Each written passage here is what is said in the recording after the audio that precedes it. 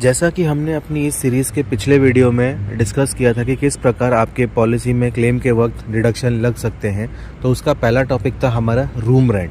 आज मैं डिस्कस करने जा रहा हूं दूसरे टॉपिक के बारे में। ये भी एक अहम हिस्सा रखता है आपके क्लेम में डिडक्शन को लगने या डिडक्शन को बचाने से। तो दूसरा हिस्सा है आईसीयू।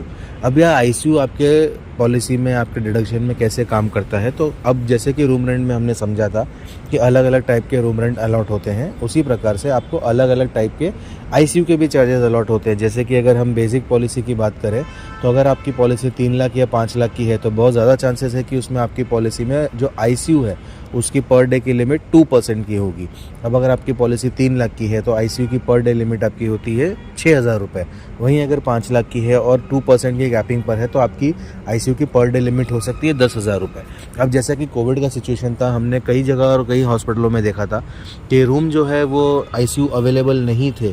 तो जो आईसीयू अवेलेबल थे, क्योंकि आईसीयू भी काफ़ी अलग अलग टाइप के होते हैं, बच्चों के लिए आईसीयू अलग होता है, एक नॉर्मल आईसीयू अलग होता है, कार्डियक आईसीयू अलग होता है, कुछ हाई लेवल के पेशेंट के लिए आईसीयू अलग होते हैं, सर्जिकल आईसीयू होता है, मेडिकल आईसीयू होता है। तो आईसीयू काफ़ी अलग अलग टाइप के होते हैं।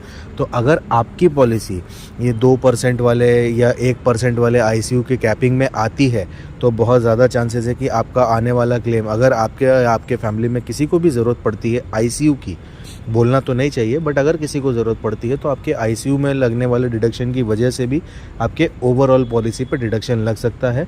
तो आज ही आप अपने एडवाइज़र के साथ बैठिए और पॉलिसी चेक कीजिए कि आपकी पॉलिसी 2% ऑफ सम इंश्योर्ड पर है या एनी आईसीयू अलाउ करती है या आईसीयू में नो लिमिट है।